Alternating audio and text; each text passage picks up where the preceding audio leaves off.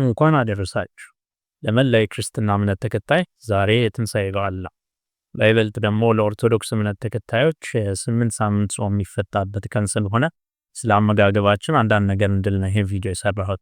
በበዓል ጊዜ ለ8 ሳምንት ከቅባት ነገር ርቀን አትክልት ነክ ነገር አብዝተን እየበላን ቆይተን ስለነበረ በዚህ ጊዜ ውስጥ ሰውነታችን በራሱ ለእንደዛ አይነት አመጋገብ አጀስት አድርጎ የቆየ ነው የሚሆነው። ስለዚህ ጾም በምንፈታበት ሰዓት በአንድ ወደ ከባድ ቅባት መመለስ ለጨጓራችን ለሰውነታችን ትንሽ ሊያስቸግር ስለሚችል አበላላችንን በመጠኑ ብናደርግ ይመከራል። ከዛ ደግሞ ስፓይስ የበዛበት ነገር በተለይ በእኛ ሀገር ባህል ዶሮ ወጥም ሌላም ነገር ሲሰራ በጣም ያቃጥል ነገር ሊሆን ስለሚችል የጨጓራ ህመም እንዳይኖር አብሮ ውሃ በደንብ መጠጣት ያስፈልጋል። እርጎ አብሮ መብላት ያን ህመም ሊያስታግስልን ይችላል። ስለዚህ አመጋገባችንን በጥንቃቄ እናድርግ እላለሁ። ከኢትዮ የውስጥ ደዌ ስፔሻሊቲ ክሊኒክ ዶክተር ኢዳስ ነኝ። መልካም በዓል።